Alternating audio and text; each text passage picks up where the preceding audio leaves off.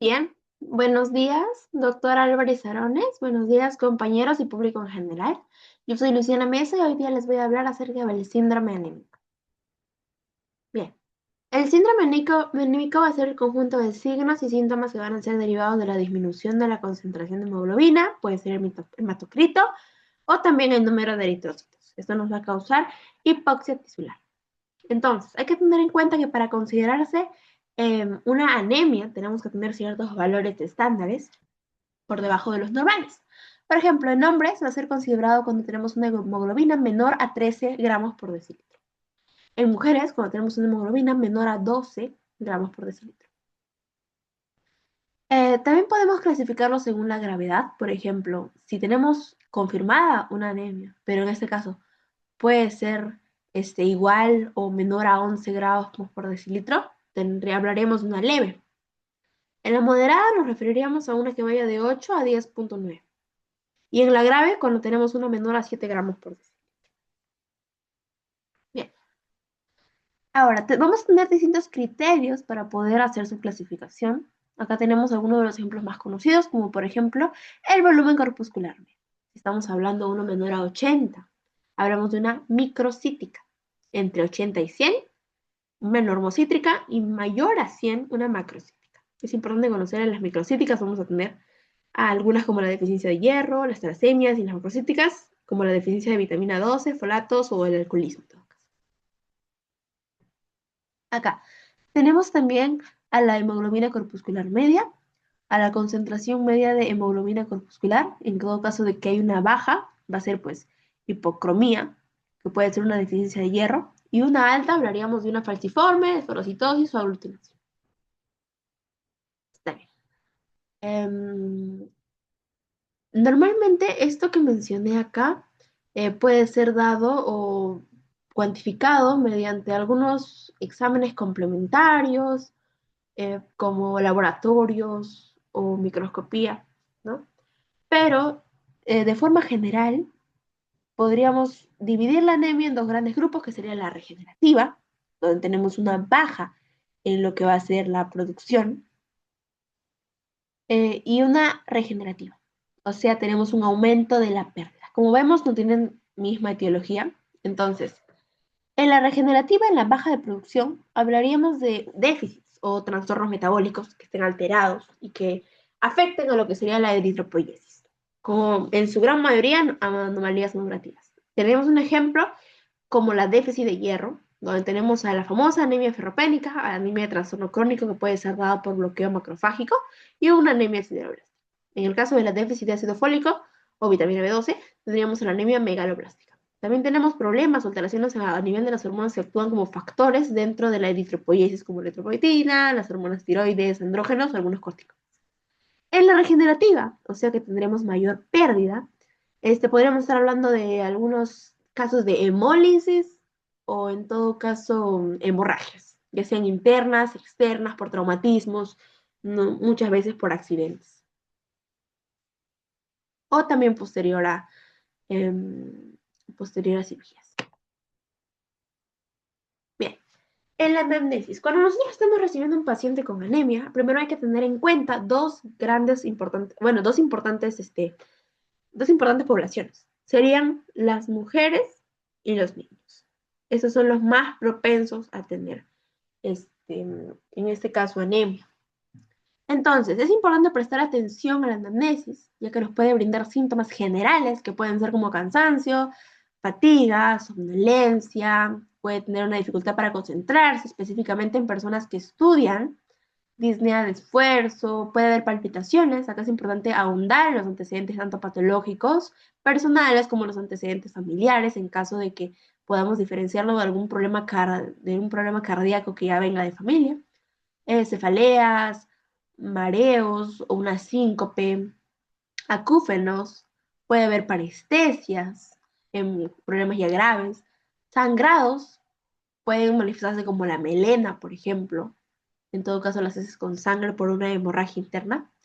Y, eh, y, y es importante acá preguntar por la dieta, si el paciente mantiene alguna restricción en tanto a los alimentos, de repente es vegetariano, no tanto de repente sostiene una dieta especial. Es importante preguntar eso y andar en eso. Bien, en el examen físico, primero hay que prestar atención a las fases. Existen las fases anémicas, según el Argentes. Esta es una imagen sacada de ahí.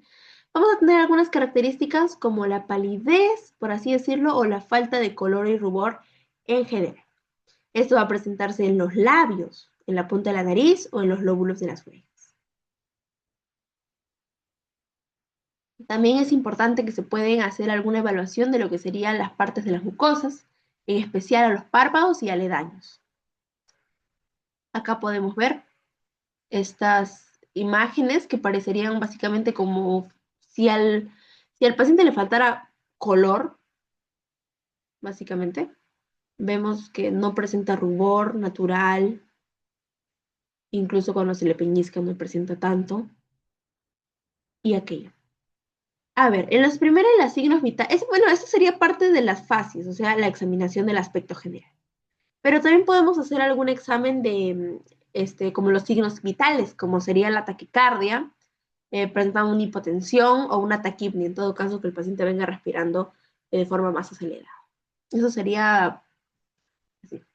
En los aspectos generales también podemos ver algunos casos con ictericia, otros casos con petequias, equimosis, acá, que pueden venir con queilitis angular. Estas son manifestaciones de la anemia en general. No podemos cuantificar qué tipo de anemia todavía. Tenemos el famoso signo del dedo en cuchara, donde básicamente vamos a tener una deformación en esta, que nos va a brindar básicamente con la forma como una cuchara cóncava. Acá también tendríamos a lo que va a ser la glositis, que sería un aumento de la coloración roja en la lengua, que normalmente es dolorosa y caliente para el paciente. Tendríamos también un desquebramiento de lo que serían las uñas y una debilidad en el cabello del paciente que estaría quebradizo, opaco y sin brillo.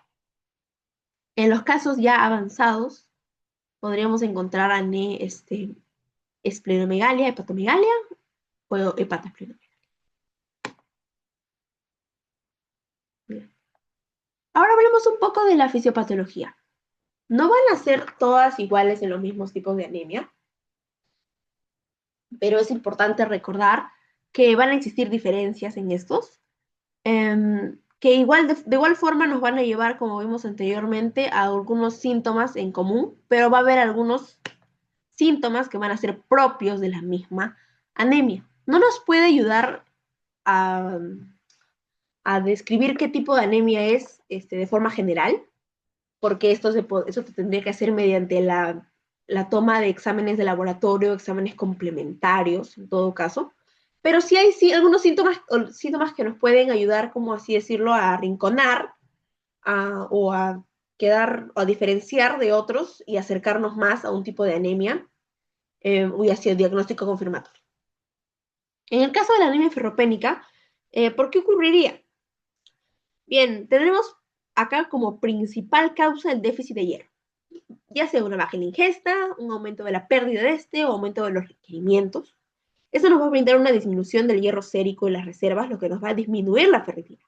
Esto va a disminuir la síntesis de hemoglobina en la médula ósea y tanto nos va a dar pues la producción de eritrocitos que van a estar pequeños o si no con poca o escasa hemoglobina. Entonces, acá tendríamos lo que sería una anemia microcítica hipocrómica, que nos puede dar una producción de estos, como mencioné, de forma pequeña, con el bajo volumen corporal medio.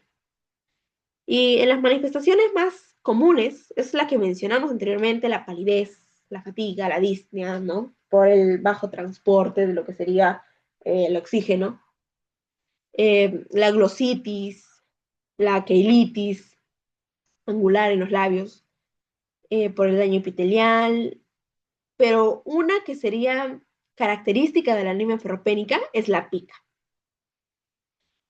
Podría haber una geofagia, por ejemplo. Los pacientes van a tender a comer ciertos alimentos que no tienen ningún valor nutricional. Ahora, ¿por qué surge la pica? Bueno, surge por una alteración del sistema nervioso central, básicamente, Como vemos, el hierro, aparte de tener esta función de formar parte de la hemoglobina, tendríamos también que va a ser importante para la síntesis de neurotransmisores como la dopamina, serotonina y noradrenalina. Entonces, si hay déficit de hierro, se va a alterar esta función y eso nos puede brindar cambios de apetito, ¿no? Y un deseo, por así decirlo, de consumir, ¿no?, más sustancias que carecen de valor nutricional. En el caso de la anemia megaloblástica va a tener otro tipo de fisiopatía. Hablándolo de forma a grandes rasgos, tendríamos todo por las causas. Las dos primeras causas van a ser la déficit de vitamina B12 y la de ácido fólico. En este caso tendremos una alteración en la síntesis de ADN, especialmente la timidina. Esto se va a encargar de la maduración nuclear. Entonces, si existen bajos niveles de esta, va a haber una maduración más retardada, más lenta, ¿no? Esto nos va a dar esta desproporción que podemos ver acá en una microscopía. Va a haber un núcleo citoplasma con precursores que van a estar de forma desproporcionada. Como vemos, va a estar acá muy chiquito y el citoplasma va a estar grande, por eso es que se llama megaloblástica. Entonces, esto nos va a llevar a una destrucción intramedular porque estos eritrocitos básicamente van a estar... es una eritropoiesis ineficaz, entonces no van a servir, nos van a dar una destrucción intramedular y bajaría el nivel de eritrocitos que van a circular por todo el cuerpo. Esto nos da esta anemia, que es en su característica macrocítica. Entonces, ¿qué manifestaciones vamos a tener? Aparte de las que mencioné, las que son generales, como la palidez, la fatiga, la disnea, la glositis, la quelitis, podríamos encontrar algo muy importante, que va a ser las alteraciones neurológicas. Acá podríamos encontrar ataxias, neuropatía periférica por el déficit de B12, algunos trastornos cognitivos, demencia por la deficiencia de B12. Entonces, tendríamos síntomas neurológicos, en este caso, que podrían explicar la parestesia o la pérdida de la sensibilidad vibratoria. ¿Y por qué se daría esto? Porque si hay un déficit de B12, entonces va a haber un aumento de lo que va a ser un ácido llamado el metilmalónico, que nos produciría una desmineralización de las fibras. Entonces, sabemos que hay una diferencia importante en los síntomas, que sería acá, que si tenemos un paciente que nos está dando indicios de anemia y aparte de eso nos está diciendo que tiene ciertos problemas a nivel de, o sea, ciertas alteraciones neurológicas, podríamos arrinconarnos más en lo que sería anemia megaloblástica. Pero la gran mayoría de diagnósticos se dan a partir de laboratorios o estudios o exámenes complementarios. Y mis referencias. Muchas gracias.